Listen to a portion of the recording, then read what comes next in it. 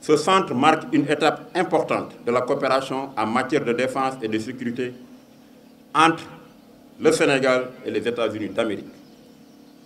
Formalisé par l'accord signé entre nos deux gouvernements en 2017, le DCA. Comme vous le savez, la finalité de cet accord est de bâtir un partenariat solide pour faire face ensemble à nos défis sécuritaires communs, au premier rang desquels se trouve le terrorisme.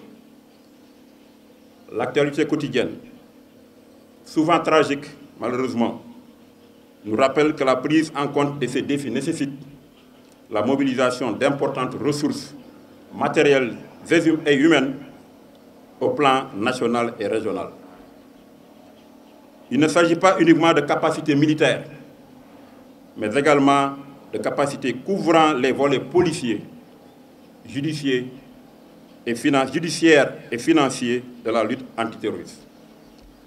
À ce titre, la disponibilité de personnel formé et suffisamment outillé dans ces différents domaines revêt une importance capitale pour nos pays. C'est pourquoi d'ailleurs, l'appui à la formation et le renforcement de capacités ont été identifiés comme des axes prioritaires de notre partenariat. Je suis donc heureux de noter que le Centre régional de formation tactique que nous inaugurons ce matin s'inscrit parfaitement dans cette dynamique prometteuse. Les programmes de formation, bâtis sur des axes concrets et des retours d'expérience, apporteront à nos cadres en provenance de plusieurs ministères et agences du Sénégal et de la sous-région les compétences pointues nécessaires au traitement et à la gestion de situations complexes.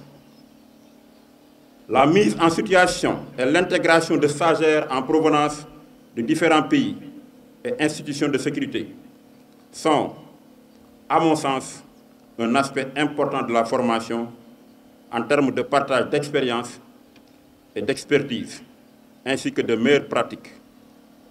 Sous ce rapport, la politique du centre d'accueillir des cadres d'origine diverses, policiers, gendarmes, magistrats et de pays frères de la sous-région, traduit bien cette exigence d'avoir une approche interministérielle, transversale et régionale pour faire face à la menace terroriste.